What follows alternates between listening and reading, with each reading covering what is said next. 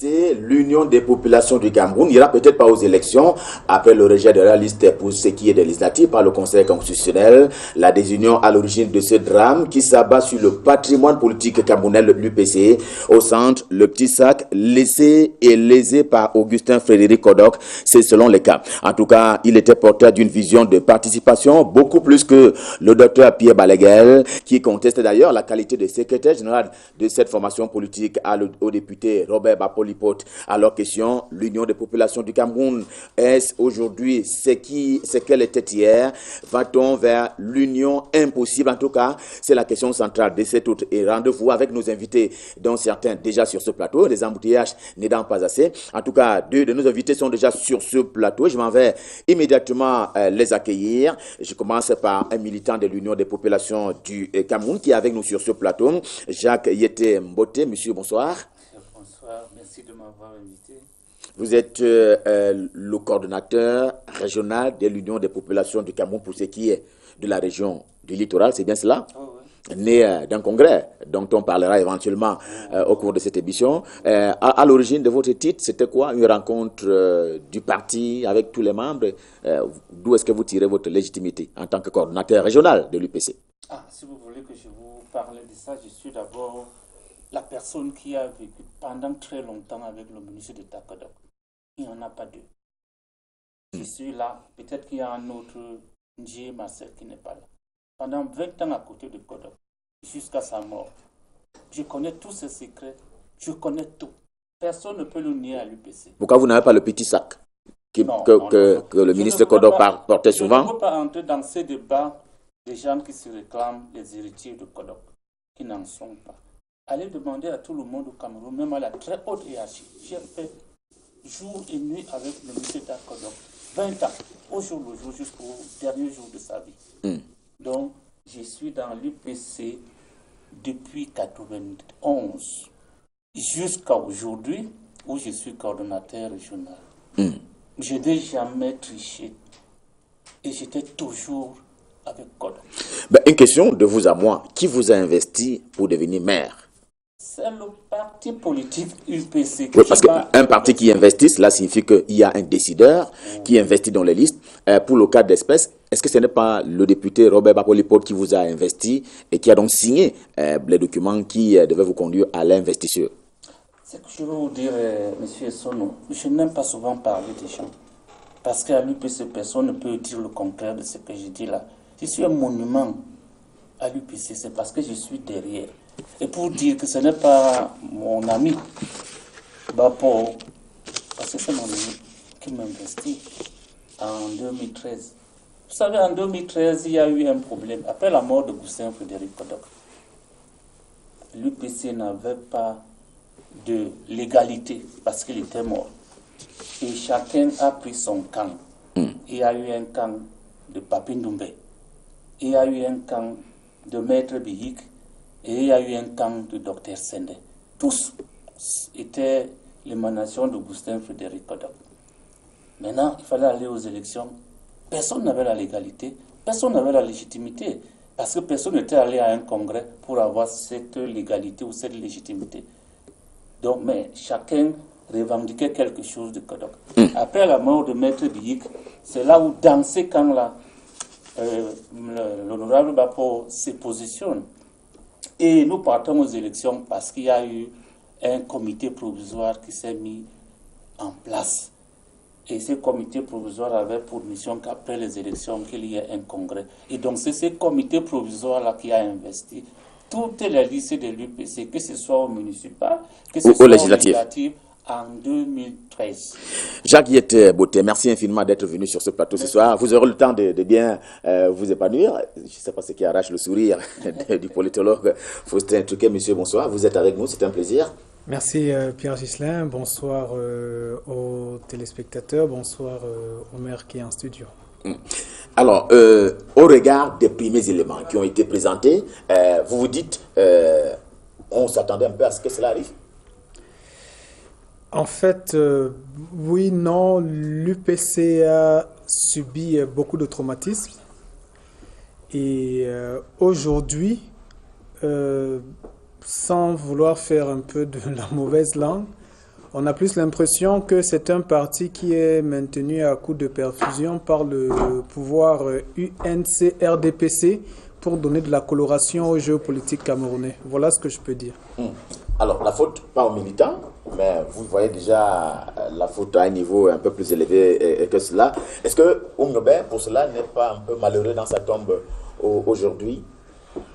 Bon, Oumniobé a joué pas de malchance peut-être, de naïveté peut-être. De naïveté peut-être, parce qu'il faut rebâtir le contexte historique. Je ne sais pas si on aura suffisamment de temps, mais l'UPC se crée en 1948. Bon, vous comprenez, je n'étais pas né, mais bon, la recherche documentaire, elle est très intéressante parce qu'on peut voyager dans le temps et dans l'espace. Donc l'UPC est né en 48, mais ça naît en 48. Un peu comme des partis politiques sont nés un siècle avant en Occident. Vous savez, c'est quand il y a des syndicats qui ont commencé à grandir, à prendre la maturité, que l'action politique des partis politiques s'est créée. Et ça a été pareil au Cameroun. Bon, vous vous rappelez certainement qu'il y a eu une deuxième guerre mondiale qui a commencé en 1939 en Occident, en Allemagne, et puis qui est finie en 1945. Et vous savez certainement qu'au début de la deuxième guerre mondiale, la France a été tout de suite envahie. Et le général de Gaulle s'est échappé en Angleterre et puis il a lancé l'appel à la résistance. Ça veut donc dire la France qui administrait le Cameroun, le mandat du Cameroun, la France n'était plus en position d'avoir la souveraineté. Et donc, à un moment, vous comprenez, le général de Gaulle a dû revenir prendre des bases en Afrique, au Cameroun notamment. Et il y a beaucoup de choses qui se sont passées de 40, 41, 42, 43, 44. Et le climat entre les colons français et puis les populations indigènes, comme on nous appelait, bon, indigène, c'est pas un mot si péjoratif que ça, bon, c'est le mot de la littérature. Il y a eu suffisamment d'alchimie entre ces deux pokas. En 1944, 4 ans plus tard, il y a eu ce qu'on appelle la conférence de Brazzaville. C'est de là, en fait, que vient directement l'UPC, parce que la conférence de Brazzaville, vous avez un général de Gaulle qui ne voulait bien sûr pas décoloniser, mais qui a compris que le statut des indigènes devait changer. On a supprimé l'indigénat, on a créé un nouveau code du personnel indigène, c'est-à-dire les gens pouvaient se regrouper en syndicats et tout, etc. Et nous sommes en 44. Donc en 45, même, il y a une grève sanglante qui commence à Douala parce que les syndicats commencent à réclamer un mieux-être pour leur... Donc c'est dans cet effluve-là que 3 ans plus tard, l'UPC se crée en 48. Alors vous essayez de restituer l'idéologie originelle de l'Union des Du moins le contexte sociologique dans lequel ce parti est né, oui, qui est quand même le parti historique du Cameroun. Du Cameroun. On revient là-dessus. Une fois qu'on a dit cela, d'accord. Simon Bila, bonsoir, monsieur. Monsieur le ministre, vous n'avez pas besoin de vous gêner, le micro, il est hyper sensible, vous pouvez être à mettre, donc il va vous écouter fidèlement. Ancien ministre du Travail et de la Prévoyance sociale, ça s'appelait à l'époque ainsi, mais c'est vous qui portiez le sac de Augustin Frédéric Kodok, c'est bien cela? Non, il y avait plusieurs sacs. Chacun portait son sac en quelque sorte. Sinon, j'allais être sous-chargé. Et votre sac, en guise d'idéologie du nationalisme, à l'écoute de ce que dit le politologue, est-ce que vous pouvez nous comparer l'idéologie du départ de l'UPC et celle d'aujourd'hui et éventuellement nous situer quelle pourrait être l'origine des dissensions que l'on observe aujourd'hui dans ce parti qui est quand même la mémoire politique du Cameroun? Oh là, c'est une bonne question. Partons du syndicalisme de Ruben Oumniobé. Il a été le vice-président du RDA, dont l'UPC devait s'appeler RDA Cameroun, quelque chose comme ça. C'était des revendications propres. Oum se rendait à l'ONU par 3 fois pour rencontrer la tutelle. Nous devrions être la tutelle de l'ONU. De son retour en 1955, Mesmer, le gouvernement a décidé de dissoudre le parti, de brûler la direction de l'UPC en commandant. Voilà comment les choses se sont passées. Et après, ils ont lancé des mandats d'arrêt. Ils ont lancé les mandats d'arrêt contre tous les dirigeants de l'UPC. Alors ces mandats d'arrêt, basés sur quelle faute, je ne sais pas.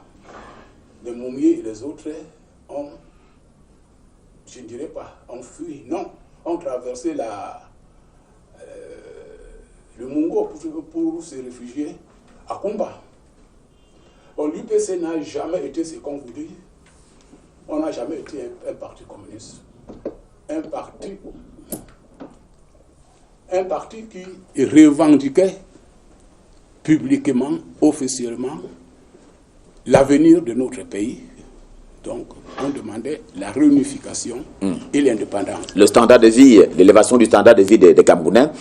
Maintenant, quand vous posez ce regard idéologique de départ et celui d'aujourd'hui, les choses ont changé.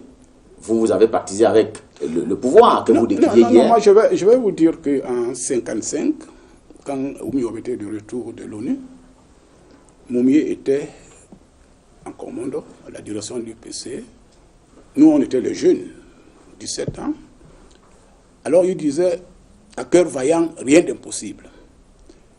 Ils ont pris la décision d'aller libérer les prisonniers à Newbel. C'est de là où l'on a commencé à tirer sur la foule. L'idéologie, c'est simple. Nous voulons que le Cameroun devienne un pays indépendant et libre. Très bien.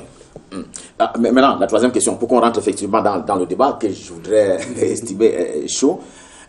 Selon vous, qu'est-ce qui est à l'origine des dissensions? Est-ce que vous admettez d'abord qu'il y a des dissensions au sein de l'UPC? Oh non. Je peux vous assurer qu'au niveau des militants, il n'y a aucun problème. Je vous donne le dernier exemple. On a tenu un congrès, on a commencé à élire le bureau, on a élu le secrétaire général et la présidente.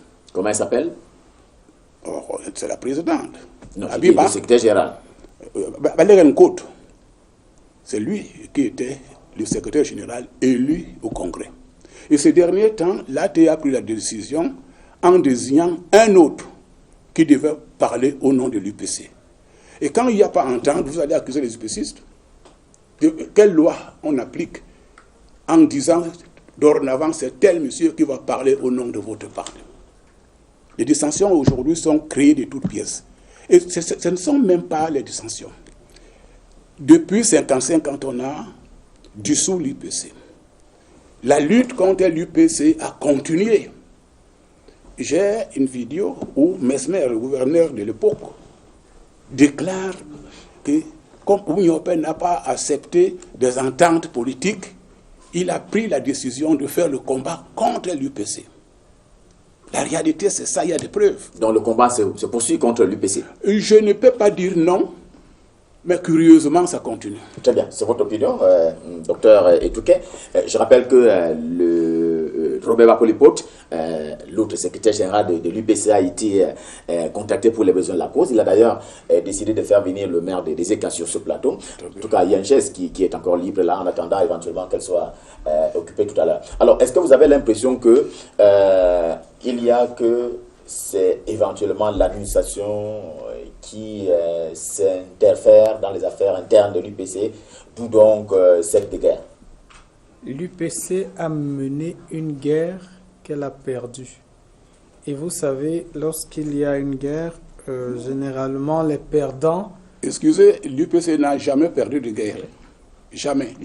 Monsieur le ministre... Nous voulions l'indépendance, la réunification. Nous sommes indépendants, nous avons la réunification. Ce qui nous dépasse, c'est la gestion de nos libertés.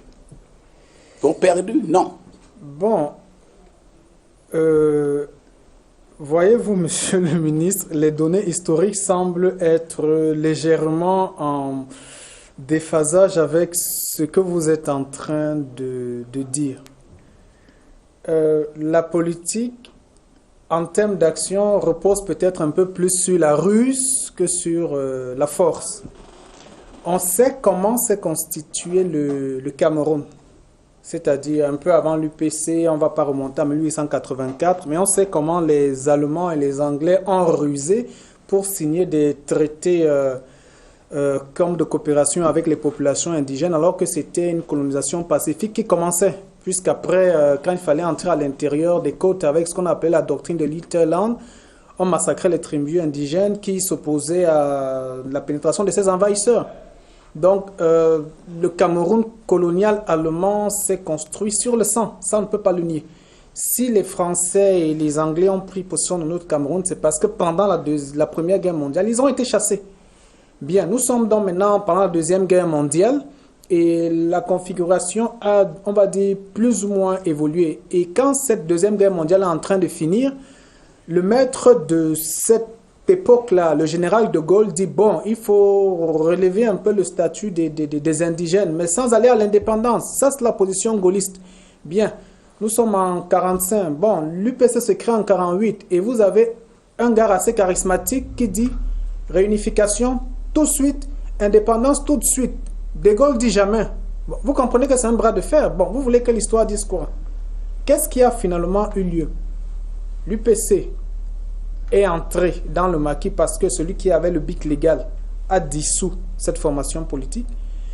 Le combat a continué, mais Dieu du ciel. Vous permettez que j'essaie de vous rectifier. Oui. Ce n'est pas... La vérité, c'est quoi? Ils ont dissous l'UPC. Ils ont lancé le mandat d'arrêt contre tous les dirigeants de ce parti. Ils ont brûlé la direction de ce parti. Oui. Alors ceux qui s'étaient repliés dans le village, oui, on a organisé leur extermination. Oui. Moi, j'étais adulte à peu près. Oui. Donc on vous dit que Oumiobe est entré au maquis. Non, c'est pas comme ça. Oumiobe, pour chasser, pour être assassiné, oui, s'est réfugié d'abord dans son village. Oui. Et quand on a cassé tous les villages, on a brûlé tous les villages, on a reconstruit chaque groupe dans une clôture. Les autres sont restés en brousse pour fuir. Oui. Donc on ne demandait pas d'indépendance pour entrer en brousse. Tout à fait. Vous êtes convaincu maintenant, finalement, parce que c'est les faits qui vous sont opposés. Jean-Yété Boutet, finalement, au-delà des guerres, quelle est aujourd'hui la vision de l'UPC? Est-ce que vous ne pouvez pas vous dire, il y a des frères qui ont éventuellement commis des fautes à gauche comme à droite, mais que l'on se remette ensemble pour avancer en regardant dans la même direction? Moi, je me réjouis d'abord de me retrouver à côté de ministre Mbila, parce que c'est les gens qui m'ont vu tout à l'heure quand je disais que j'étais l'un des fils de Kodok. Il en est le témoin, parce que quand il était ministre, il sait, depuis quand il était ministre, j'étais là, toujours. Lui sait beaucoup de choses, même sur moi-même qui parlais là, à côté du ministre d'État Kodok. Bon, la deuxième chose que je voudrais dire à mon frère, c'est que l'histoire du Cameroun n'a jamais été bien enseignée ici. Si l'histoire du Cameroun a été toujours tronquée, peut-être c'est l'histoire là que vous connaissez. C'est pour ça que le ministre Mbila a essayé quelque part de vous dire beaucoup de choses, parce qu'on n'a jamais enseigné la vraie histoire du Cameroun. Parce que l'histoire du Cameroun se confond à l'histoire de l'UPC. Et l'histoire de l'UPC se confond à l'histoire... Tout l'intérêt qu'il y a à sauver l'UPC. Oui, donc j'étais donc disant que, par rapport à votre question, nous n'avons jamais voulu la division à l'UPC. Jamais. Et jamais divisé. Mais les gens font un effort, je ne sais pas pour quelle raison exactement, pour créer les divisions au sein de l'Union des populations du Cameroun.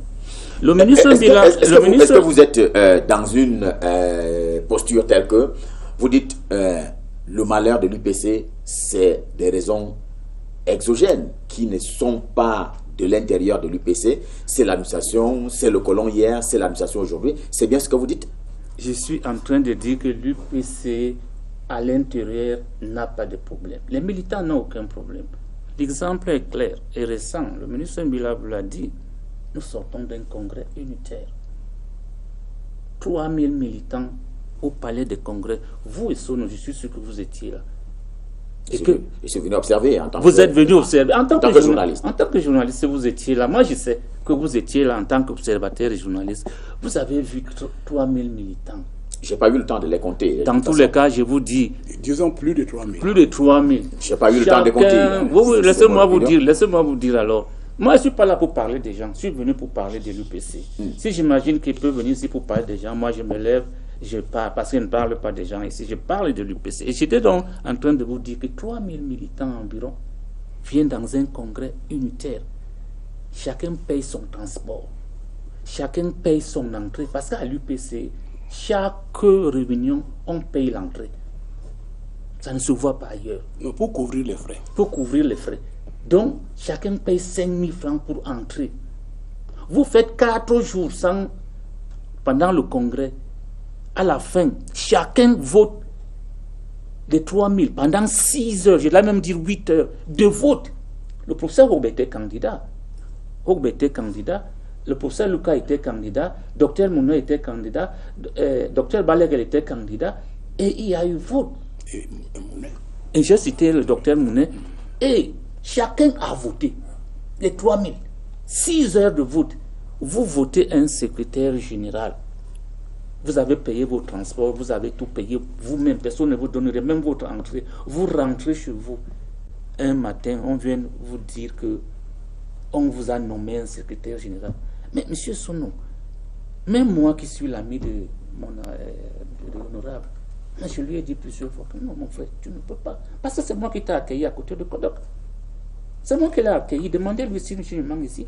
C'est moi qui l'ai accueilli. C'était en 2005, 2006, parce que le monsieur d'État, on est sorti.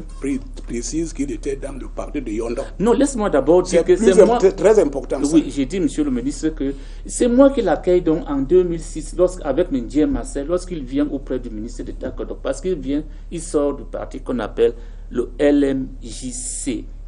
Et les militants de l'UPC l'ont combattu.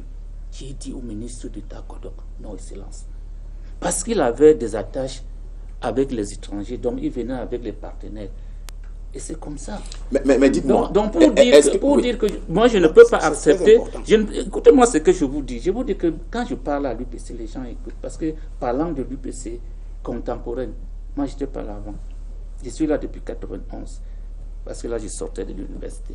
Donc je vous dis qu'il est difficile pour un militant de l'UPC d'accepter qu'on n'applique pas les textes. Parce que chez nous, on lit les textes comme ça. On les lit comme ça. Mais monsieur le maire de DA Premier, vous dites que quelqu'un vous a investi et plus tard, vous ne reconnaissez plus en cette personne la qualité de militant de l'Union des populations du Cameroun. C'est que j'ai envie de vous poser comme question avant de donner la parole au docteur Itouké. Je n'ai pas dit que quelqu'un m'a investi. Je vous ai dit que le comité provisoire nous a investis. Et dans le comité provisoire, il y avait 6 personnes. Dans la Sanaga maritime et le littoral, c'est Lucas Basile qui avait l'investiture. Parce qu'ils se sont repartis. Il y avait 3 groupes. Et à l'ouest, il y avait Wanji, je ne sais pas avec qui là. Ici, dans le centre, il y avait Bapor et le feu docteur Sende. Dans le littoral, il y avait Lucas Basile. Alors, dites-moi, quelle est l'actualité? Donc, je n'ai pas dit ici quelle que est l'actualité aujourd'hui, en 30 secondes? Oui. Quelle est l'actualité aujourd'hui à l'Union des populations du Cameroun? L'actualité aujourd'hui, c'est que l'UPC doit aller aux élections. L'UPC ira aux élections? Doit aller aux élections. Est-ce que l'UPC ira aux élections? Mais le pouvoir qui a créé la situation doit amener l'UPC aux élections. Et on ne comment? pouvait... Non. De la même manière, le pouvoir a fait pour que l'UPC soit comme il est. De la même manière, le pouvoir doit tout faire pour que l'UPC aille aux élections. L'UPC a voté, vous connaissez mieux que moi, à Bonhomme Tongo, comment on dit ça, la résolution que l'UPC ne sera plus absente là où se décide l'avenir du Cameroun. Mais c'est bien l'une des valeurs qui sont portées par l'honorable Robert Parle, c'est-à-dire la participation du parti à la vie de la nation. Non, je refuse. Très bien, on vous a compris. Écoutez-moi, s'il vous plaît. Je refuse de venir ici parce que je parlais de quelqu'un. Excusez-moi, moi je suis un homme de caractère. Si j'imagine que je suis venu ici pour parler de mon ami, l'honorable Bapor, moi, je vous dis ça sincèrement. Très bien. Je me lève parce que je suis venu ici parler des problèmes de l'UPC. C'est pour ça qu'on vous posait la question sur l'idéologie du parti. Et non des individus. Mais fatalement, on va parler de Balaguer, vous ne parlez jamais de lui? Parlez-moi de l'UPC, je vous répondrai. Pas des individus qui portent oui, parce que finalement, vous êtes en train de tourner sur le nom de quelqu'un. Moi, je ne veux pas de ça ici. Je ne suis pas venu pour ça. Je pars de Déa à 15h pour arriver ici parce que je veux parler de quelqu'un. Très bien, on vous a compris. Monsieur le docteur, le politologue, est-ce que aujourd'hui, on peut se dire qu'il n'y a pas que la mémoire, il y a les mémoires de l'UPC? C'est un sujet de recherche pour vous autres. L'UPC, n'en déplaise aux nostalgiques, l'UPC a été défaite. Et si vous permettez, Ghislain, je vais peut-être vous... La France de ce général de Gaulle a fait des choses assez graves dans ce pays. Toutes les volontés politiques qui ont essayé de fragiliser ou de déconstruire l'Empire français ont été sévèrement combattues. l'UPC s'est posé en face des intérêts français. Il y a eu une suite qui n'est pas très heureuse. Nous sommes juste avant les indépendances. Un certain colonel Lamberton, français, dit des choses comme le Cameroun s'en va à l'indépendance avec un caillou bien gênant dans sa chaussure. Ce caillou, c'est la présence d'une minorité ethnique, les Bamileke. Vous savez, les Camerounais n'ont aucun problème avec les Bamileke, mais c'était en 1959-60. Aujourd'hui, 50 ans plus tard, soyez pas surpris que les gens en veulent aux Bamileke sans même trop savoir pourquoi. Tout ce que les Français ont identifié comme des éléments gênants ont été ostracisés dans l'environnement camerounais. Si on comprend que ceux qui ont pris le pouvoir politique au moment des indépendances étaient des gens inféodés aux intérêts français, il ne faut pas être surpris que 40, 50 ans plus tard, les mêmes logiques continuent à être en œuvre. Aujourd'hui, il semble y avoir deux tendances de l'UPC. Il n'y en a pas. Il semble. C'est un verbe d'État, il semble. Vous cherchez toujours à créer. Vous cherchez toujours à créer des choses à l'UPC. Vous avez vu comment les journaux, ont maintenu Monsieur deux le maire, UPC. je suis un peu embarrassé. Je vais donc peut-être prendre un autre exemple pour dire comment le Vous pouvoir... ne voulez pas qu'on vous dise les choses comme elles sont aussi. Vous nous dites ce que nous vivons. Nous vous disons qu'il n'y a pas deux UPC. Parce que sinon, il y en a trois. Avec la permission de M. Monsieur le maire, encore plus la parole. Peut-être que je vais créer pour moi au sortir d'ici. Ah, d'accord. C'est une promesse que vous faites, monsieur le maire? Non, je dois aller dans un congrès. À l'issue du congrès, je suis élu ou bien je ne suis pas élu. D'accord. Bon, mais monsieur le maire... Donc, il n'y a pas deux. Chez vous, quand il y a congrès, ce n'est pas un charter. On ne donne pas de la, disons, sardine ou de la viande aux gens pour qu'ils viennent. Chaque militant s'assume. Et il vient faire son devoir de militant de l'UPC. Vous avez donc fait des travaux.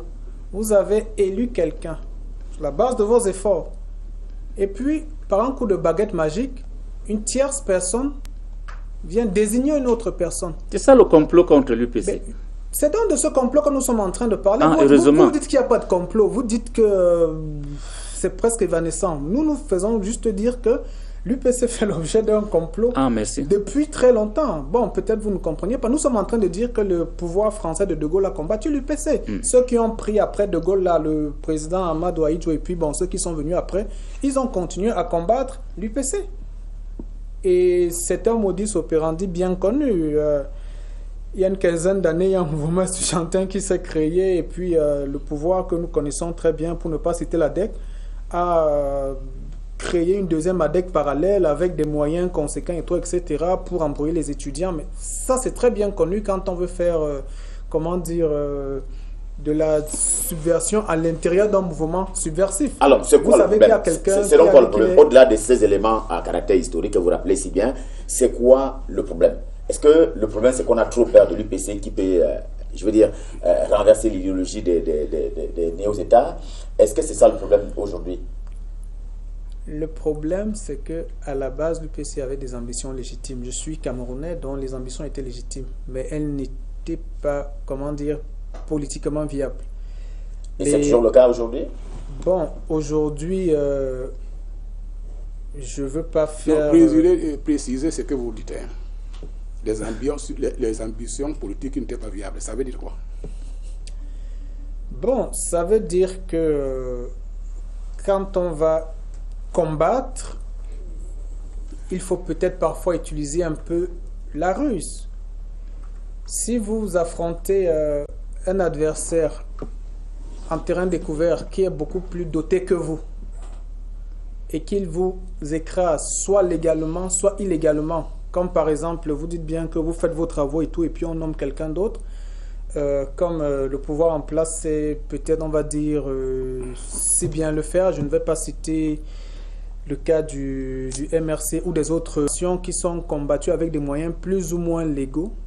Et il n'en demeure pas moins que l'UPC, son programme était clair. D'après ce que nous on lit dans les documents, l'UPC voulait la réunification et l'indépendance. Non, c'était pas tout. Soit c'est faux. 3. Bien. Réunification, indépendance et élévation des standards de vie. Et nous sommes aujourd'hui dans l'élévation des standards de vie. C'était la réconciliation. En 1948. Est-ce qu'en 1960, 12 ans plus tard, lorsque nous arrivons à l'indépendance, ces choses ont commencé à être vécues?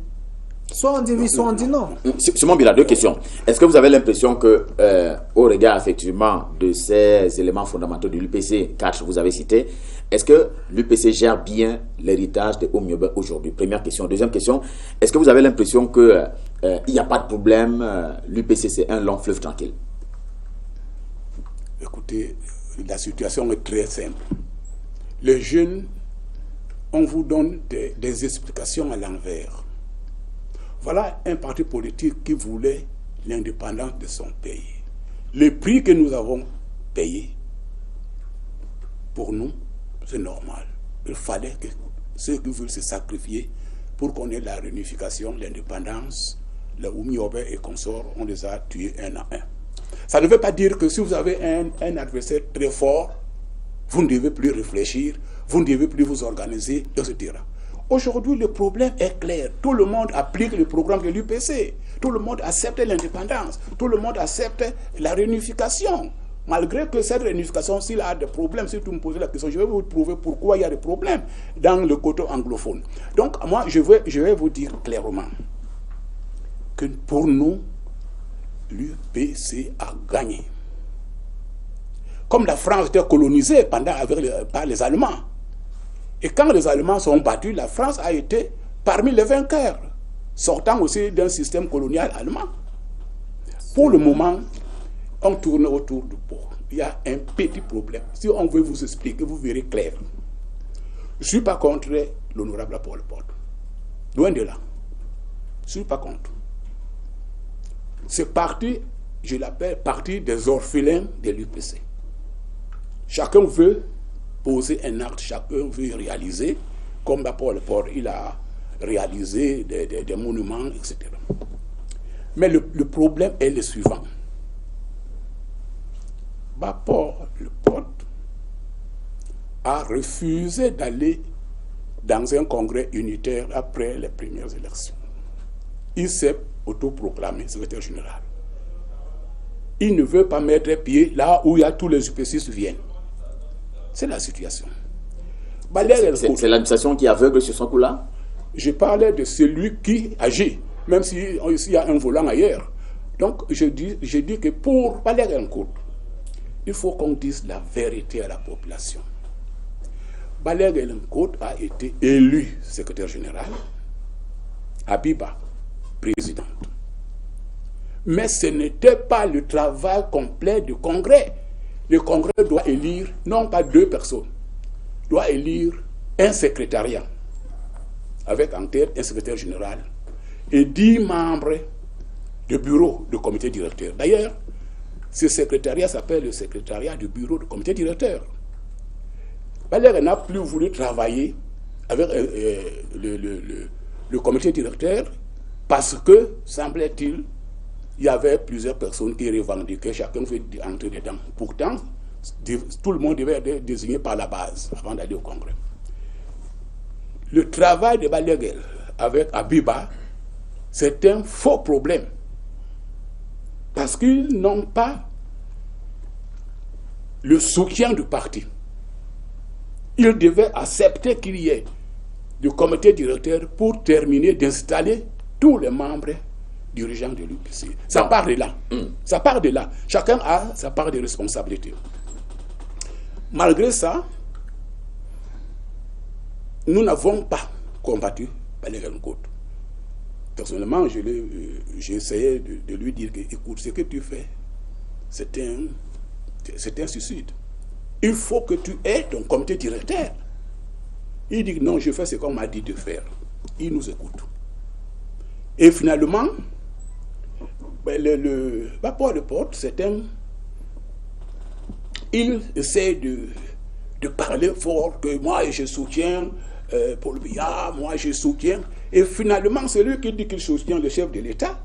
Et un ministre ne peut pas aller contre lui. Parce que quand on lui dit maintenant, tu parles au nom de l'UPC, lui aussi n'a jamais convoqué un comité directeur. Il n'a pas convoqué. Donc, c'est pas la vraie situation. Tout à fait. Donc, vous dites, pour vous résumer, je vais me faire entendre ou comprendre tout à l'heure par les 2 autres intervenants.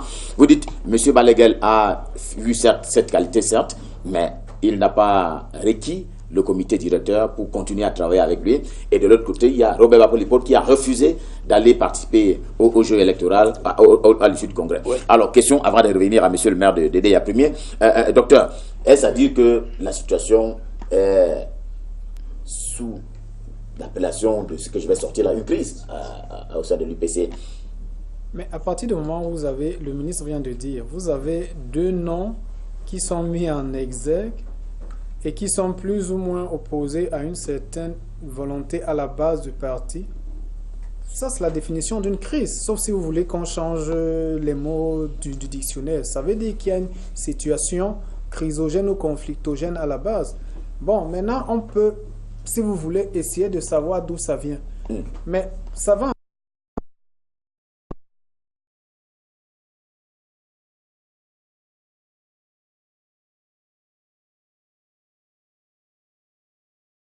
Historique camerounais, créé en 48 normalement, interdit en 55, 7 ans plus tard.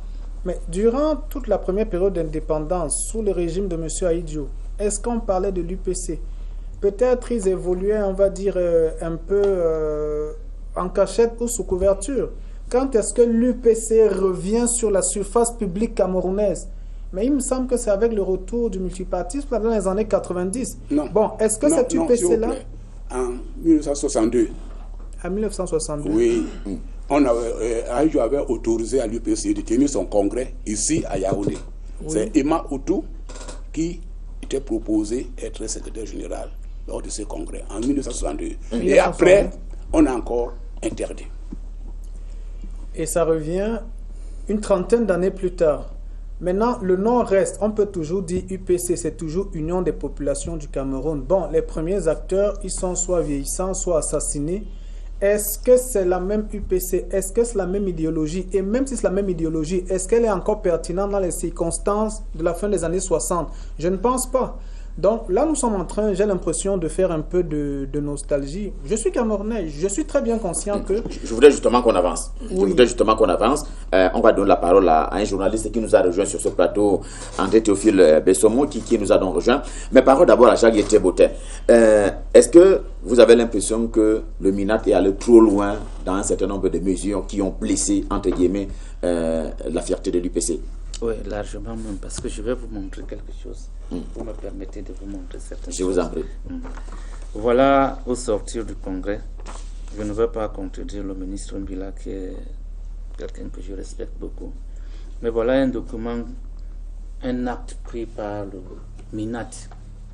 Voilà un acte. C'est ça, à l'issue d'un congrès, il y a un acte qu'on prend. Voilà la composition du bureau. Au sortir du congrès, le ministre Sadi a pris l'acte. Il n'y a pas eu entre-temps un autre congrès. Quel est l'intitulé de cet acte? Ça veut dire qu'on prend objet changement survenu au sein de l'Union des populations du Cameroun. C'est l'acte qu'on prend, laissez-moi vous dire, c'est l'acte qu'on prend toujours quand vous sortez de tous les partis politiques. Et puis, quand vous posez la même question, si le ministre Atanga est allé trop loin, voilà encore un autre document qui a été envoyé à l'honorable Bapor lorsqu'il ne voulait pas prendre part au congrès unitaire. Et le ministre Sadi, à l'époque MINAT, voilà ce qu'il lui dit. J'ai l'honneur de vous faire connaître qu'en vertu du principe de la non-émission de l'administration dans le fonctionnement interne des partis politiques, voilà, c'est un principe. Vous pourrez continuer la lecture du document si vous voulez, je continue. Il y a ce principe de non-émission. Ce qui voudrait dire, par la suite, il a invité celui-là. Je vous invite en conséquence, ainsi que les autres membres du comité provisoire, parce que je vous ai dit tout à l'heure là que avant les élections, c'est le comité provisoire qui avait été mis en place. Et il lui dit donc, je vous invite en conséquence, ainsi que les autres membres du comité provisoire, à privilégier le consensus en vue de l'organisation d'un congrès unitaire de l'UPC sur la base des textes statutaires de ce parti. Je voudrais tirer votre mot, le consensus. Est-ce que c'est ce qui prévaut aujourd'hui à l'UPC? C'est ce consensus qui nous a amenés au congrès, au cours duquel le professeur, laissez-moi vous dire, au cours duquel le professeur Lucas Basile et Onana ont été élus. C'est de ce consensus dont parlait le ministre. Comment vous parlez de consensus en excluant certains militants? Personne n'exclut. Si vous ne voulez pas, si vous n'êtes pas venu dans un consensus... Il y a eu des actes excluant Robert Bappo-Lepo des réunions de population. Écoutez-moi bien, monsieur Sono. Écoutez-moi bien. Je refuse ici d'entrer dans cette histoire des journaux qui écrivent et qu'on lit à l'envers quand on se retrouve dans la présentation, dans la revue des journaux. Je refuse ça. Je vous dis que le frère, l'ami dont vous parlez là... Votre ami? Non, c'est mon ami. Je vous ai dit que c'est moi qui l'ai accueilli.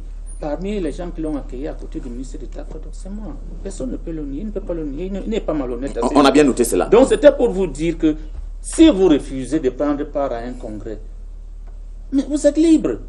Et c'est ce congrès-là qui a amené Lucas Basile et Onana comme les leaders du parti. Et c'est après ce congrès-là qu'il y a eu un autre congrès, et c'est lequel congrès parlait tout à l'heure le ministre Mbila, qui a sorti comme secrétaire général Balegenko et comme président du comité directeur Madame Abiba. Il n'y a pas un autre. André Théophile Bessome, bonsoir. Finalement, vous êtes arrivé. Les embouteillages vous ont empêché d'arriver tôt sur ce plateau. D'abord, un premier mot sur l'UPC. Comment vous vivez cette actualité au quotidien, vous qui traitez des questions d'actualité, bien entendu, au sein de votre journal? Bien sûr. Donc, l'éducatif, moi, c'est André Théophile et Sommet. Alors, moi, je pense que je suis très content. Content de l'actualité, n'est-ce pas, qui se passe à l'UPC. Vous êtes content? Oui, content. De la désunion? Je ne sais pas si c'est la désunion. Parce que le congrès dont vous parlez, je crois que c'est l'Assemblée générale qui a eu en 2017. Vous parlez des congrès. C'était en Concoba, là, dans un hangar. Non, c'est ça. J'ai couvert cette voilà. où on a élu M. Pierre Balegenko comme secrétaire général et Mme Abiba, présidente. Et donc, déjà, il y a un UPC de monsieur de secrétaire général du défunt, Kodok, et donc monsieur Bappo-Lepo. Non, ce n'est pas ça. Attendez. C'est un héritier. Non, ce n'est pas d'héritage. Non, il n'y a pas. Est-ce qu'il a quand même le droit de parler? Non, il a même le droit de se tromper. Nous sommes là pour éclairer. Bon, vous allez donc éclairer après qu'il se soit trompé quand même. Tout à fait. Oui, mais on peut quand même. Monsieur Bappo-Lepo, n'est-ce pas, se réclame héritier de monsieur? Non, laissez ce volet là. Il ne peut pas parler de l'héritage. Je suis journaliste, s'il vous plaît. Non, écoutez-moi aussi. S'il vous plaît. Nous sommes. Non, écoutez, je vais vous laisser. Monsieur le maire, vous pouvez permettre qu'il parle d'abord. Vous reviendrez à la charge. Non, je vais le laisser. Débat. Mais est-ce qu'on peut faire une non, monsieur, laissez-moi aller jusqu'au bout. Non, vous dites quelque chose. Chez nous, on dit quoi? Chez nous, on dit, les faits sont sacrés. Non, ce n'est pas, les faits ne sont pas sacrés à ce niveau. S'il vous plaît. Non. Non, vous ne pouvez pas dire les choses qui ne sont pas. Allez-y, permettez qu'il se trompe. Allez-y. Est-ce que vous le concédez quand même le droit de se tromper? Non, allez-y, les faits ne sont pas sacrés là. D'accord, ok. Les faits ne sont pas sacrés là. Alors, c'est le cas. Je ne sais pas comment il a bien bon. Les autres, n'est-ce pas, refusent et reconnaissent à M. Bappo-Lepo, secrétaire général. Ça, c'est le droit. Bon, même si, n'est-ce pas, c'est le droit, mais quand même, on sait quand même que c'est le droit. On sait quand même qu'il y a eu deux factions à l'UPC. Personne ne peut les nier. On est aujourd'hui là. Donc, avant, n'est-ce pas, les sénatoriales, on est donc, n'est-ce pas, en fait, on est surpris de la note du ministère Atangandi, qui reconnaît l'unique interlocuteur du gouvernement. L'UPC, c'est M. Bappo-Lepo. Non, ça, ce n'est pas avant les sénatoriales. Voilà autant de choses. Quand vous dites les choses, c'est le secrétaire général issu du Congrès qui investit au sénatorial. Attendez. Oh non, ne dites pas n'importe quoi. Le ministre, n'est-ce pas, qui reconnaît M. Bappo-Lepo comme le sénateur. C'est après tout ça là. Voilà, d'accord, ok, je peux comprendre. Mais la chronologie doit quand même. Pourquoi je dis que je suis content? Je suis content parce que, avant de venir, j'ai dû lire la sortie de M. Nyek dans un journal. N'est-ce pas, une interview? Vous avez lu comme cette interview, n'est-ce pas? Où M. Nyek dit qu'ils sont partis pour un consensus. Ils ont dû appeler maître de factions. Et M. Bappo-Lepo et M. Balegenko. Ils ont poussé M. Lepo de détenir. C'était être le député candidat. Il a refusé. Ah d'accord. Donc proposition a quand même été faite pour qu'à l'occasion de cette ouverture... Moi, ce que j'ai lu, j'ai dit. Non, si le monsieur Essono est déjà à ce niveau, je peux vous dire ce que... Attendez. Si monsieur Essono est déjà... laissez-moi au moins, on parlait de l'UPC, je peux vous aider. Je disais que si monsieur Essono est à ce niveau-là, je peux vous dire ce que je fais auprès de Bapor et auprès de l'autre côté. Donc, de Balaguer. Oui, pour me dire. D'accord. Alors, vous avez essayé, vous avez essayé de les remettre. Je peux même prendre. Écoutez, Non, mais écoutez.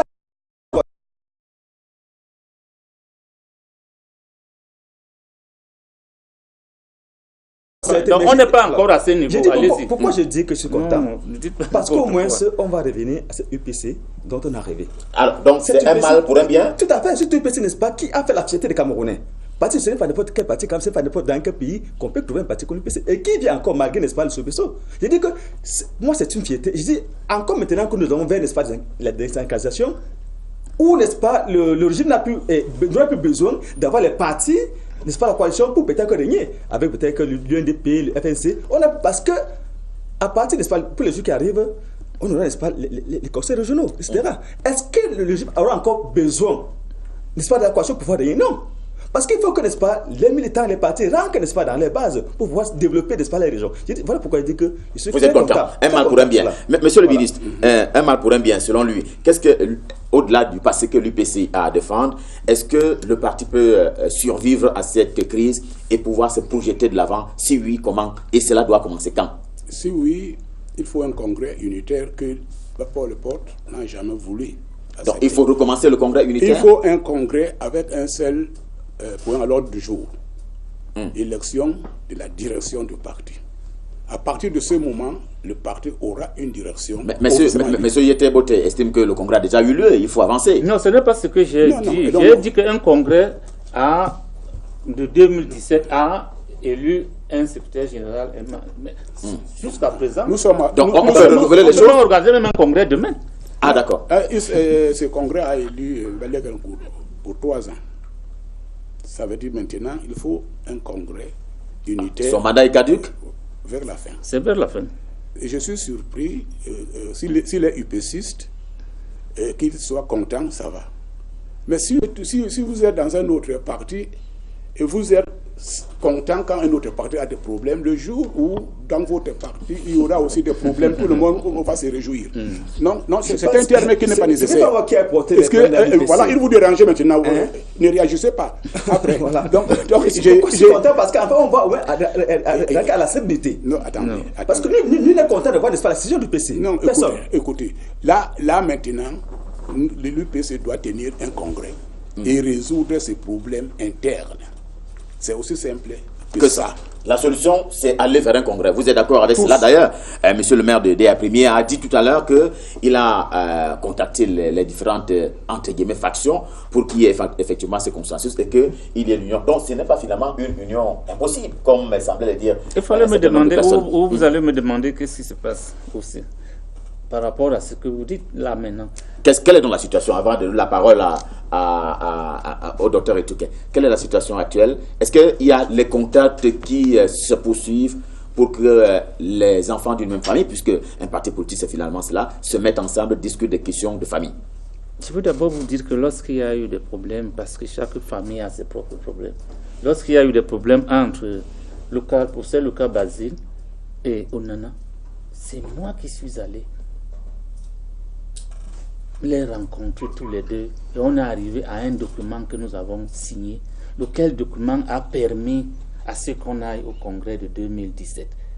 Et lorsque le problème de l'UPC avec la nomination moi je ne sais même pas si c'est une nomination parce que le MINAT a écrit au gouverneur, le courrier je l'ai ici, il a écrit au gouverneur, il n'a jamais envoyé copie à l'UPC, le document est là, jamais. Il a écrit au gouverneur, le voici. Vous me montrez où l'UPC est notifié ici. Il a copié secrétaire général de la présidence de la République, secrétaire général du service du Premier ministre, jamais à l'UPC, courrier adressé au gouverneur. Je ne sais même pas s'il y a une nomination même là-dedans, parce que l'UPC n'est pas concerné dans quelque chose qui concerne l'UPC. C'est d'abord le document ici. Très bien. Moi, je suis néanmoins allé, j'ai rencontré plusieurs fois l'honorable, parce que moi je ne parle pas des gens, mais je parle des faits, qui peut citer les noms des gens. Je lui ai dit, là où nous sommes, la première chose c'est que moi je ne peux pas être avec toi, parce qu'il en a voulu tellement. Je lui ai dit, je ne peux pas, parce que chez nous en Sanaga-Maritime, moi je suis de la Sanaga-Maritime, c'est trop compliqué là-bas. Les gens ne vont pas me suivre, parce qu'ils étaient à un congrès. J'ai beau être avec toi ou bien ton ami, mais je ne peux pas être avec toi parce que les gens ne vont pas me suivre. Il a fait au moins 4 rencontres à Edea. Et à chaque fois, je lui disais, ne pars pas. Personne ne va t'interdire d'y aller, mais tu ne verras personne. La plus grande rencontre qu'il a eue là-bas, même la campagne, lors de la campagne présidentielle, c'était 40 personnes.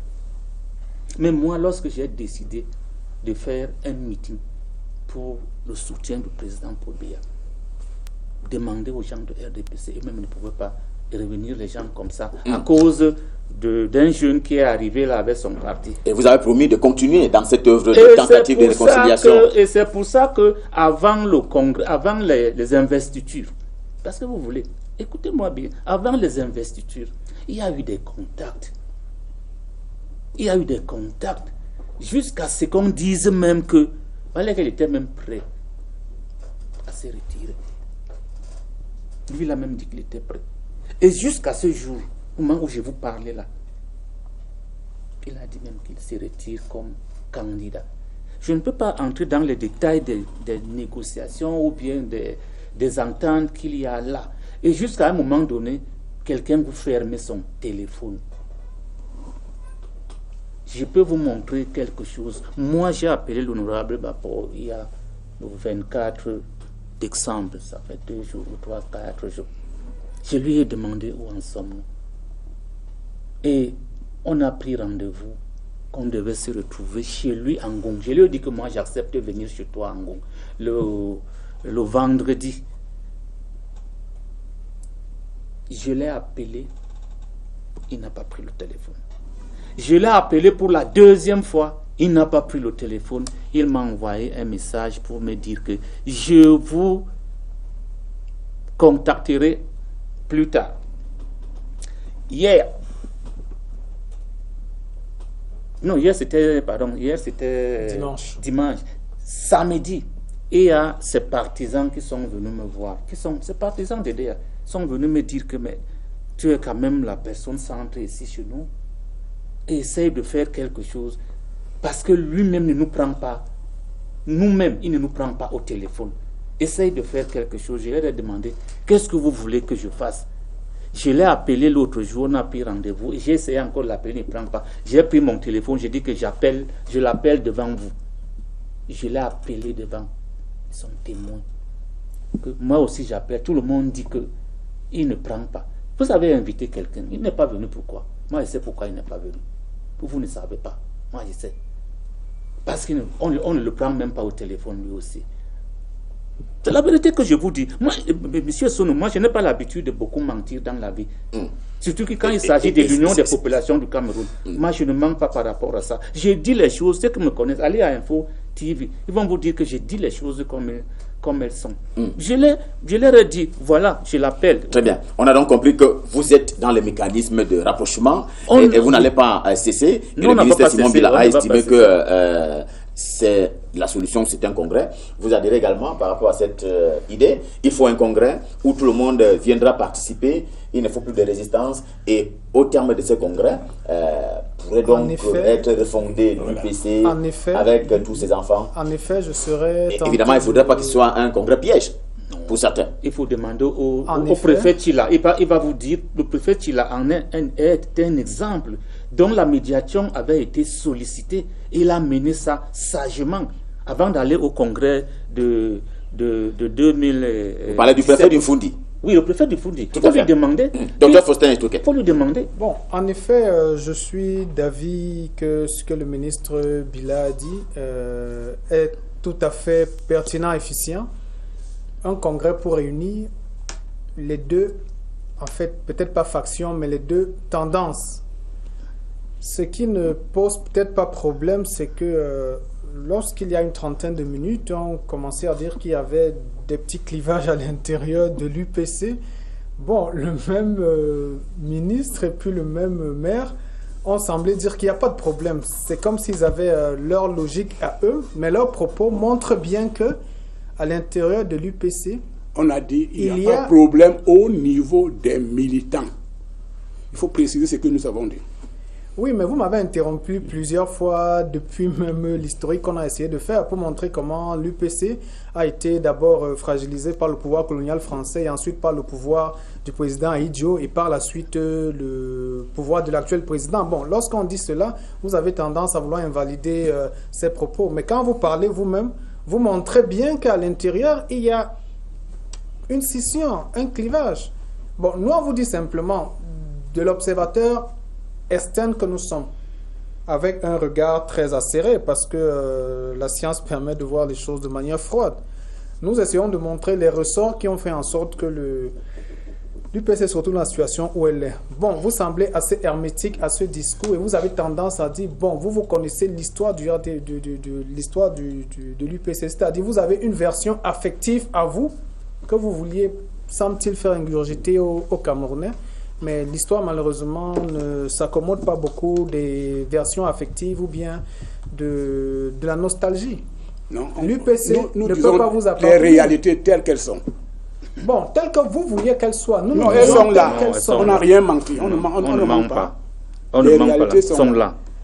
Nous souhaitons pour la cohésion du Cameroun que l'UPC, je ne sais pas si l'UPC de 48 peut revenir parce que l'environnement international a complètement changé. N'oublions pas que l'UPC se crée dans un contexte où ce sont les principales puissances qui sont en train de faire le climat au Cameroun. Ce n'est pas tout à fait comme si les acteurs camerounais avaient à un moment la maturité et l'indépendance de porter des actions telles que les syndicats, telles que les partis politiques. C'est le contexte international qui a créé ça. Il y a une loi de, je crois, juillet 1944, après la conférence de Brazzaville, dont les acteurs camerounais, du moins les plus diligents, les plus zélés, ont exploité le contexte, qui pour créer des syndicats, qui pour créer des partis politiques. Et puis bon, ça a évolué de manière un peu...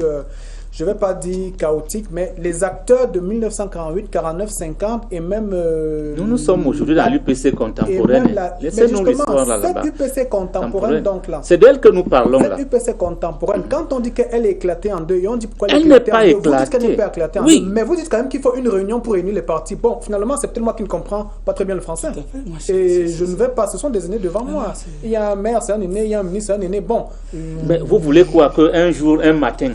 Quelqu'un essaie de dire qu'il faut d'abord admettre qu'il y a un mal, monsieur le maire. Non, le mal est créé. Et ensuite, on se crée des solutions pour résoudre ce mal. Monsieur Sono, oui. Qui suit le mal là? Voilà un ministre est-ce que qui signe un document. Vous dites que c'est l'UPC qui a créé ça, mais les militants ne suivent pas ça. Mais on forçait ça quelque part. Vous savez, nous ne voulions pas dire un certain nombre de choses ici, parce que ce que nous avons... Cette période-ci montre à suffisance qu'il y a un complot contre le parti historique. Très bien, complot, c'est le maire qui le dit. Depuis 1955. Il l'a reconnu, même dans l'histoire. Alors, André Sommet, complot oui, mais il faut avancer. Et selon vous, il faut ce congrès.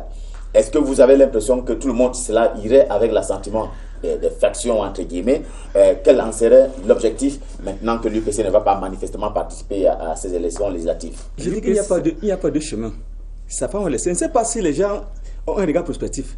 Moi, j'ai me poser l'espoir devant, n'est-ce pas, des histoires. Est-ce que pourquoi pensez-vous que c'est aujourd'hui que le gouvernement, n'est-ce pas, arrive, alors, en tout cas, le Conseil constitutionnel, arrive, n'est-ce pas, à trancher?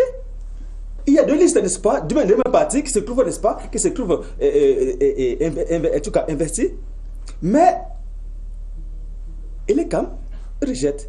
En fait de compte, on parle, n'est-ce pas, contentieux, et il y a, n'est-ce pas, une faction, même si on me dit que non, il n'y a pas de passion, il y a quand même une passion qui est réhabilitée dans quelques circonscriptions. Donc, Ouest, Sénégal maritime, la Haut-Sénégal, et puis... Il y a deux factions d'ailleurs. Non, je ne crois pas. Je ne crois pas que c'est deux factions. Ouest et puis je crois que c'est Balaguet, je crois bien. Peut-être que je me trompe. Pourquoi c'est toujours que ça arrive? Parce que comme les gens sont tellement restés sans voir vraiment les signes qui arrivent. Nous partons vers la décentralisation. Et donc moi je pense que l'origine n'a plus besoin, n'est-ce pas, de coalition. Avant l'espace législatif, qui arrive, et plus tard, n'est-ce pas, les régionales, vraiment, ces partis-là qui sont encore avec le régime, qui ont accompagné, ils veulent comprendre qu'on n'a plus besoin. Donc, moi, c'est dans cette logique qu'il faut. Ça bien passer. Il faut qu'on ait à ce congrès unitaire-là. pour que l'UPC devienne n'est-ce pas, une UPC, et qu'on est content d'avoir quand même un parti sur lequel ces espaces sont construits donc au parti. Moi, je suis content que l'espace Congo arrive, voilà. Donc, vraiment, vous l'avez dit qu'on n'a pas dit... Il n'a pas encore été annoncé. En tout cas, ce sont des supputations des invités sur ce plateau. Voilà. Simon, vous voulez réagir? Oui, j'ai réagi timidement. Pourquoi timidement? Parce qu'on ne peut pas partir de 48 et nous imposer d'être exactement comme l'UPC était en 48. Tous sont morts. Ou bien tous sont assassinés. Vous êtes vivant, monsieur le ministre? Non, je ne suis pas vivant. Je suis en... Donc je voulais dire, j'ai dit un mot aussi, ce sont les orphelins des UPCistes qui parlent. Oui, quand on combat un parti de méthode, jusqu'aujourd'hui, on les connaît. Je vais soulever un problème qui est très très bien d'actualité.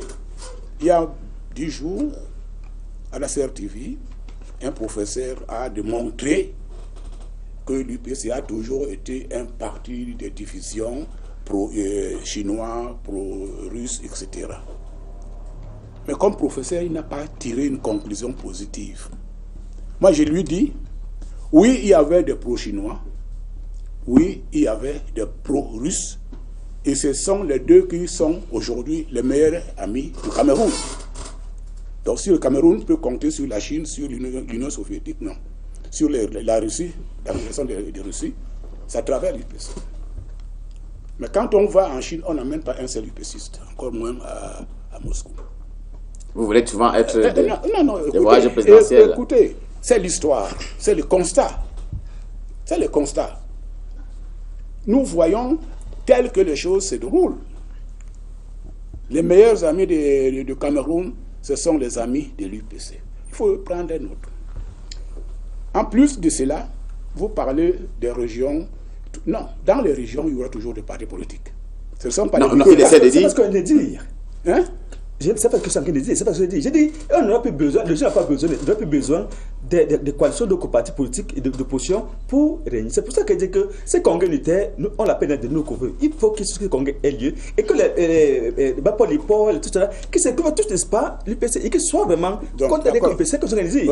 Il a pris une part de ma parole. Donc, il y a quelqu'un qui a parlé de l'héritage de Korok. Là, c'est vraiment fondé. Puisque les deux sont les Doksouls. Et chacun a dit que Korok est mort. Ce sont les deux Doksouls qui, malheureusement, sont au devant de la scène. En réalité, l'actualité actuelle, ce n'est plus le parti politique, tout ce que nous disons. C'est la gestion de nos libertés. C'est la gestion de tout ce que vous voyez que le Cameroun est attaqué à gauche, attaqué à droite, et tous les mensonges qu'on utilise pour discréditer le Cameroun. C'est là le vrai, c'est l'actualité. Ce n'est plus un problème de parti politique. C'est un problème, est-ce que nous sommes capables de regarder dans la même direction pour gérer ce pays? Dans ces divisions, c'est un point d'interrogation. Tout à fait. Alors, il nous reste très peu de temps à passer ensemble. On me signale, la régie me signale qu'il reste 3 minutes.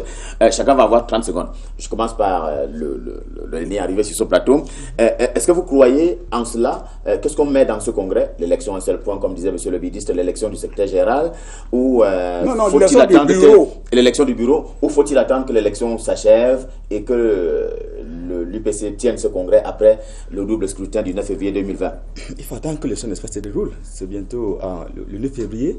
Donc il n'y a plus de... Maintenant, ils vont aller en campagne. N'est-ce pas, l'UPC qui a été réhabilité, donc à la campagne, en campagne. Et que, n'est-ce pas, pendant le mandat, là, pendant, n'est-ce pas, les 5 ans, et le congrès se met en place, et à l'issue de l'espace congrès, on constitue une UPC unique qui fait la fierté du Cameroun. Jacques Boté, est-ce que l'UPC va aller à la conquête des mairies, enfin, des conseils municipaux, là où les listes ont été réhabilitées? Non. Il n'y aura pas. Non, laissez-moi vous dire.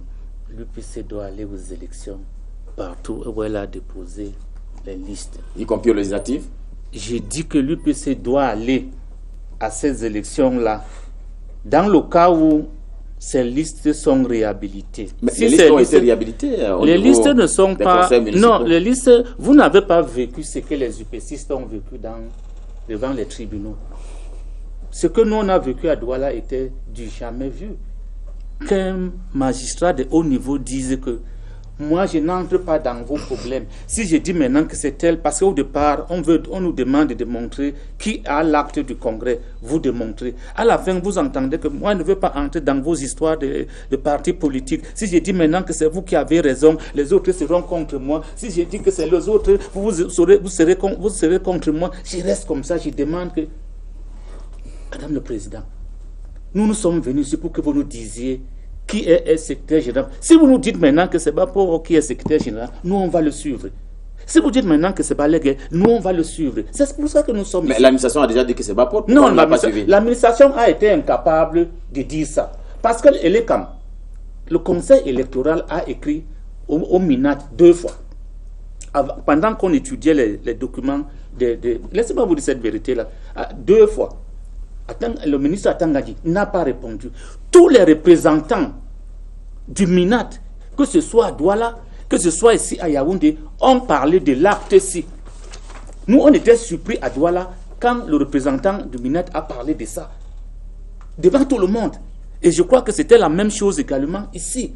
Tout le MINAT parlait de l'acte que voici. Donc, pour dire que le MINAT a été incapable, lorsqu'on lui a posé la question, qui est le SG? Il n'a pas répondu. 2 courriers. Alors, faut-il que l'administration ça, les gens ne le savaient pas. Docteur Etouké? Oui, il faut que l'administration tranche, mais l'administration ne tranchera pas. Parce que l'administration, justement, a pris fait et cause pour un parti qui semble être le RDPC. Pour les quelques secondes qui me restent, effectivement, je suis très d'accord avec ce que le ministre Bila a dit. Il faudrait peut-être, au-delà des clivages des partis politiques, penser le Cameroun qui est en train d'être agressé et essayer de faire un front commun. Mais ça, c'est de manière affective. Parce que s'il faut regarder objectivement la situation camerounaise, nous n'avons pas d'institutions, nous n'avons que des hommes forts. Et ces hommes forts instrumentalisent les lois et les codes au gré de leurs intérêts. Aussi bien au sein des partis d'opposition, pour ne pas citer un parti en vue, qu'au sein du parti au pouvoir. Nous n'avons que des hommes forts. Et là où il n'y a que des hommes forts, il est difficile de penser institution, il est difficile de penser cause commune. Et c'est ça justement le problème de notre pays que nous devons essayer absolument de déconstruire. Le sourire de Simon Bila. Non, c'est raisonnable ce qu'il dit. Donc, c'était votre dernier mot également. Non, ça, j'ai dit que c'est raisonnable. Bon, donc je voulais dire tout simplement que on a perdu du temps pour diviser les autres partis. Le vrai ennemi est là, qui gère nos biens, qui fait de nous ce qu'il veut. Et les Camerounais sont maintenant au courant des réalités historiques. Entre parenthèses, si l'UPC a pu continuer, c'est parce que notre deuxième capitale, c'était à Kumba, avec les anglophones qu'on a continué.